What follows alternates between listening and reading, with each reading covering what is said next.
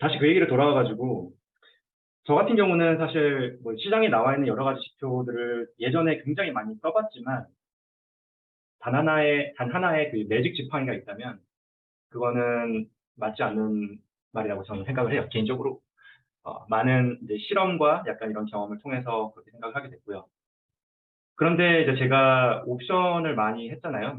굉장히 오랜 시간 했는데, 어, 옵션 시장이 약간 이 시장을 바라보는 이 시장 참여자들의 눈을 가장 빠르게 반영하는 건 맞는 것 같습니다. 네. 왜냐하면 옵션 시장은 어떻게 보면은 공매도로 한번 생각해 볼까요? 공매도 여러분 언제 하죠? 공매도는 우리가, 공매도 많이 들어보셨죠? 잘 모르시는 분, 뭔지. 공매도는 증권사한테 내가 주식을 미리 빌려갖고 파는 거예요. 나중에 갚는 거죠. 그러니까 기본적으로 주식의 기초 자산의 가격이 내려가길 원하는 게 공매도죠. 그죠? 근데 공매도라는 거를 우리가 개인 투자자로서 할 때, 꽤 제약들이 꽤 많아요. 자, 첫 번째로 제가 뭐 하나 보여드릴게요. 왜 제약이 많은지. 공매도 하기 힘든 주식 뭐가 있을까? AMC. 자, AMC 같은 경우는 여기 보시면은, TD 쓰시는 분들 여기 따라오세요. 여기 보시면은 HTB라고 되어 있죠. HTB. 이게 무슨 뜻일까요? Hard to borrow라는 거예요. Hard to borrow. 이 뜻은 증권사에서도 공매도를 우리가 때리려면은 증권사에서 이제 주식을 빌려야 되는데, AMC는 우리가 2001년에 어떤 일이 있었죠? 스퀴즈 있었잖아요. 그죠? 스퀴즈 있고 나서 한번 투자자들이 때려 맞았단 말이에요. 그죠? 맞았어요. 기본적으로 약간 이런 움직임들을 보여준 주식이기 때문에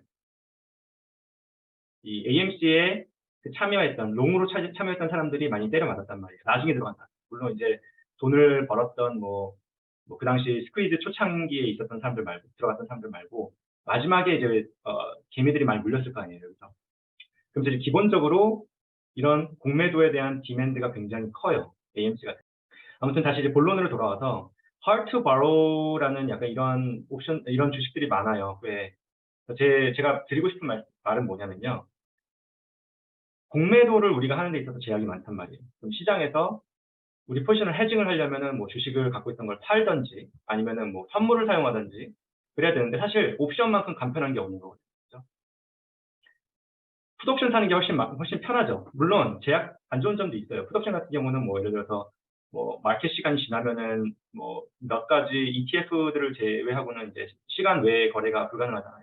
예를 들어서 AMC 옵션 같은 경우는 그죠? 그런 이제 제약들은 있지만 기본적으로 어, 뭐 제가 개인적으로 생각했을 때 풋옵션 그냥 사용하는 게 나쁘지 않은 것 같아요. 네, 헤징하기 위해서.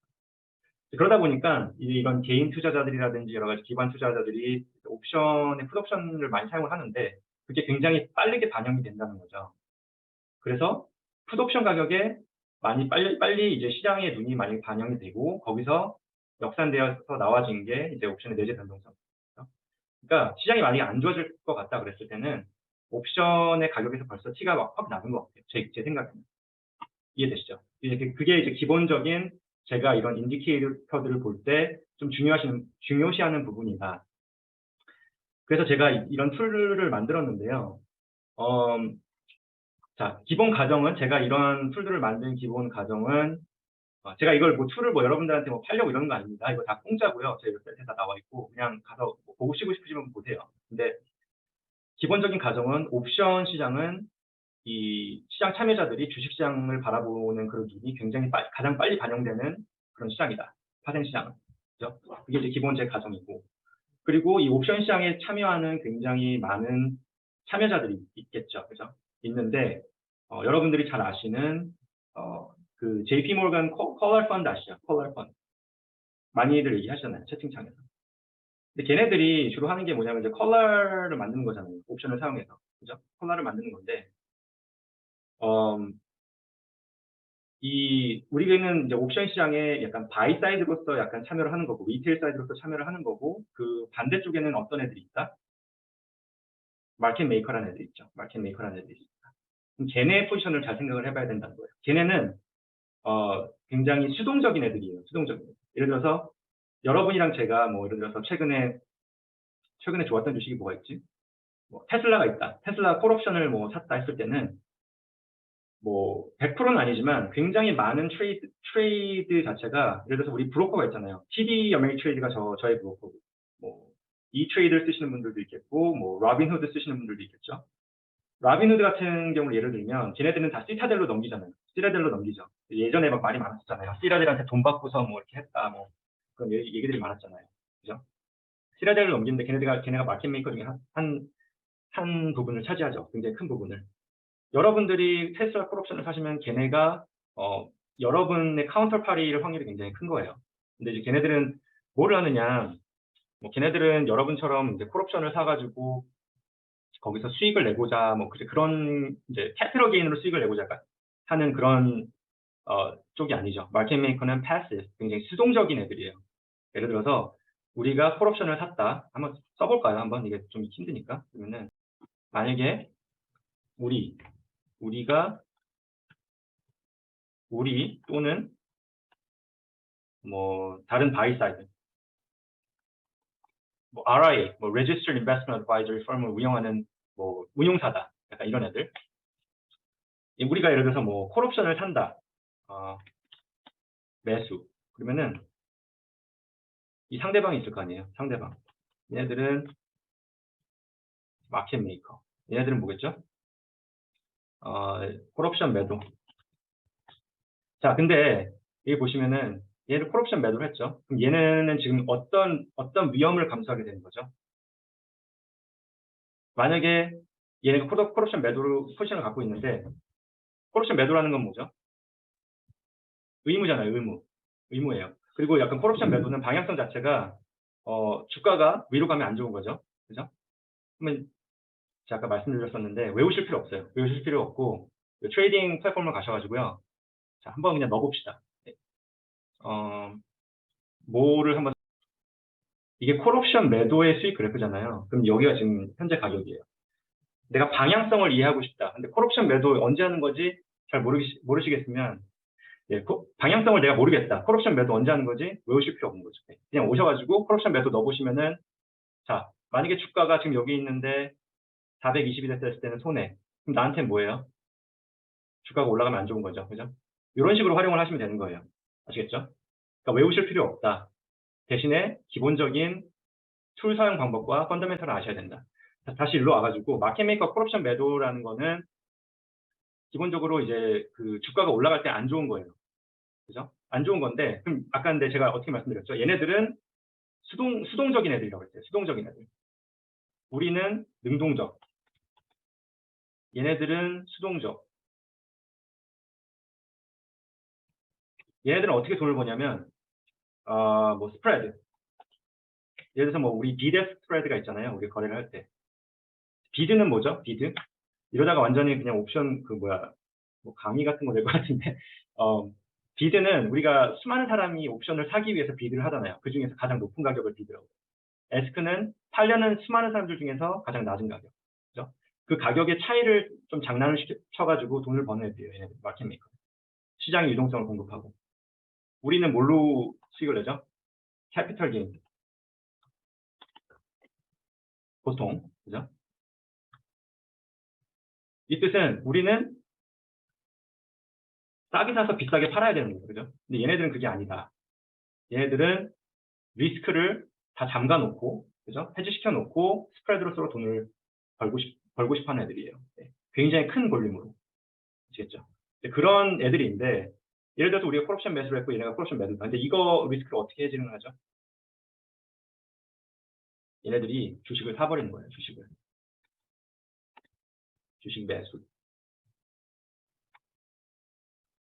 그래서 옵션 시장에서 어떤 일이 발생하느냐에 따라서 주식 시장에 영향을 미친다. 아시겠죠? 그래서 만약에 우리가 테슬라를 콜옵션을 막 사잖아요. 예를 들어서 어떤 사람이 뭐 테슬라 주식을 옵션을 뭐 갑자기 한 10만 계약 정도 계약을 샀다, 매수를 했다 했을 때는 그 반대 사이드에 누군가가 있겠죠. 근데 그 누군가 중에서 굉장히 많은 부분을 차지하는 게 이 마켓 메이커인데 그렇게 되면 얘네들은 그 본인이 갖고 있는 이 포지션을 해징을 하기 위해서 테슬라 주식을 매수를 할 수밖에 없는 거예요. 반대로 만약에 우리가 콜옵션을 들고 있었지만 이 콜옵션을 정리를 했을 때는 어떻게 될까요? 시장에서 들고 있었던 걸 정리를 했다. 얘네들은 이게 없어지는 거죠. X가 돼버리겠죠. 그럼 요건 필요해야 필요하지 않겠어요? 얘네들 입장에서. 필요하지 않겠죠. 이제 대충 아시겠죠? 왜 옵션 시장에서 일어나는 일들이 왜 중요한지 아시겠죠? 그게 제가 시장을 바라보는 기본 전제고요. 그래서 이런 툴을 제가 만들었는데 기본적으로 여기에는 몇 가지 가정이 들어가요. 그래서 여러분들이 뭐 제 툴을 사용하라는 얘기는 아니고 아까 질문이 뭐였냐면 뭐 제가 보는 인디케이터가 뭐냐 약간 그런 질문을 주셨기 때문에 제가 이런 지금 답변을 드리는 겁니다. 그래서 저는 제가 만들 툴을 되게 좋아하고요. 네, 뭐 잘 안 될 때도 있습니다. 왜냐하면 아까도 말씀드렸듯이 여기 몇 가지 제약이 있어요. 첫 번째, 오픈 인트레스트라는 거는 one day lag이 있습니다. 어떤 증권사든지 어떤 펀드 매니저든지 모든 사람들이 하루 지난 오픈 인트레스트를 볼 수밖에 없어요. 왜냐하면 OCC에서 하루에 한 번밖에 발행을 하지 않기 때문에 TD든 E-Trade든 어디든 간에 하루에 한 번밖에 못 받아요. 아시겠죠? 이제 그런 제약이 있다. 그래서 제가 이거를 좋아하는 이유는 뭐냐면 다시 한번 말씀드리지만 기본 전제 가정은 옵션 시장이 이런 사람들이 시장을 바라보는 눈을 굉장히 빨리 반영을 한다. 굉장히 빨리 캐치를 한다. 그게 첫 번째고. 그리고 두 번째는 우리가 알고 있는 시장 참여자들이 굉장히 큰 시장 참여자들이 있다. 그리고 이 마켓 메이커의 구조가 이게 허상이 아니고 진짜 사실이다. 그게 두 번째 이유가 되겠고요. 네. 그리고 제가 두 번째 이유에서 설명을 드렸던 이런 마켓 메이커의 구조를 잘 이해를 하시면 여러분들이 약간 채팅창에서 많이 말씀을 하시는 약간 메가 펀드 중에 하나가 이제 JP 몰건의 콜라 펀드죠. 콜라 펀드. 걔네는 기본적으로 옵션을 사용해갖고 스트럭처 프로덕트 같은 이런 이제 상품을 만들어내는 이제 금융기관이죠. 네. 물론 은행 홀딩제다지만 이제 그런 본인들이 이제 매니지하는 이제 자산 중에 하나가 되는 거죠. 걔네들 같은 경우는 예를 들어 콜라 펀드를 하면은 이제 그 부분을 제가 다 설명을 드릴 수는 없고요. 이 시간에. 기본적으로 여기서 이제 가정이 있다는 거예요. 가정이 있다는 거는 콜옵션 같은 경우는 파지티브 감마고 풋옵션 같은 경우는 네기티브 감마라는 그런 가정을 한다. 뭐 콜 펀드에 대해서는 제가 나중에 한 1시간 잡고 설명을 드려야 돼요. 그렇기 때문에 오늘 제가 설명을 드릴 수는 없고 아무튼 그런 메가 펀드들이 갖고 있는 포지션 그리고 거기에서 파생돼서 나온 마켓 메이커들의 포지션 이제 이런 구조적인 약간 이런 부분들을 약간 언더라인 그냥 팩트로서 여러 가지 가정으로 나온 저의 가정은 콜옵션 예를 들어서 이런 ETF 굉장히 큰 우리가 사용하는 ETF 같은 경우는 콜옵션 같은 경우는 양감마로 우리가 가정을 하고 풋옵션은 음감마로 가정을 일단 하겠다.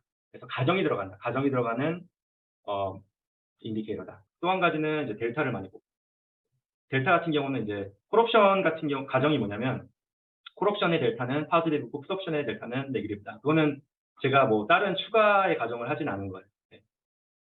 당연히 콜옵션은 파지티브 델타고요. 왜냐면은 우리가 주가가 올라갔을 때 콜옵션이 같이 올라가고 매수가 같이 올라가고 주가가 내려갈 때 풋옵션한테 좋은 거기 때문에 그렇기 때문에 풋옵션은 마이너스 델타를 갖고 있는 거예요. 네. 그래서 답변을 다시 드리자면 저는 이런 툴들을 그냥 제가 만들어서 사용하는 편입니다. 그리고 몇 가지 더 집어넣는데요. 뭐 이게 부가적인 건데 여기 보시면은 이제 볼륨 거기 가기 전에 일단 이 넷 감마 이제 노셔널 감마라는 거는 그 감마를 달러화 했다는 거예요. 달러화. 그래서 여기 보시면은 달러화가 돼 있죠. 여기는 이제 네기티브 15 million dollars, 뭐 positive 15 million dollars 나왔죠. 달러화 시켰다는 거고 가기 전에 또 한 가지의 이제 여러 가지 가정들이 많이 들어가 있죠. 약간 이런 인디케이터 안에는 두 번째 또 뭐가 있을까요? 예를 들어서 어떤 사람들은 0DT만 보고 싶은 사람이 있을 거예요. 그죠? 또 어떤 사람들은 앞으로 한 달 정도의 만기를 보고 싶은 사람이 있을 거예요. 이 모든 것들은 내가 어떤 이런 파라미터를 사용하느냐에 따라 틀려지겠죠. 그죠? 예를 들어서 저는 여기에 오픈 인트레스트를 이제 기본으로 사용을 했지만 예를 들어서 오늘의 볼륨 사용을 해볼게요. 오늘의 볼륨을 사용했을 때는 뭐 오늘 뭐 테슬라 이상하게 볼륨이 지금 마켓이 어떻게 됐어요? 제가 못 봤는데 볼까요? 올라갔나 다시 테슬라가? 올라갔네? 우리 얘기하는 중에 올라갔나요 혹시? 아까 떨어지고 있었잖아. 그렇구나. 좋다. 아무튼 이런 가정들을 많이 본인들이 사용을 가정이 많은 가정들이 들어간다. 그런 부분을 좀 유의해야겠죠. 그죠? 어떤 사람들은 그냥 오늘 만기가 되는 옵션만 보고 싶은 사람들도 있겠죠. 예를 들어서 뭐 나는 2월 27일까지, 만약에 나는 3월 5일까지만의 만기를 보고 싶다. 이 그래프가 틀려질 거예요. 그죠? 틀려지는 거예요. 왜냐면 각 만기별 볼륨이 다 틀리고 각 만기별 오픈 인트레스트가 다 틀리겠죠. 네. 이런 가정들을 본인의 경험에 의해서 본인이 생각하는 방식대로 좀 조정을 해주시면서 보셔야 된다. 그게 제가 드리고 싶었던 말입니다.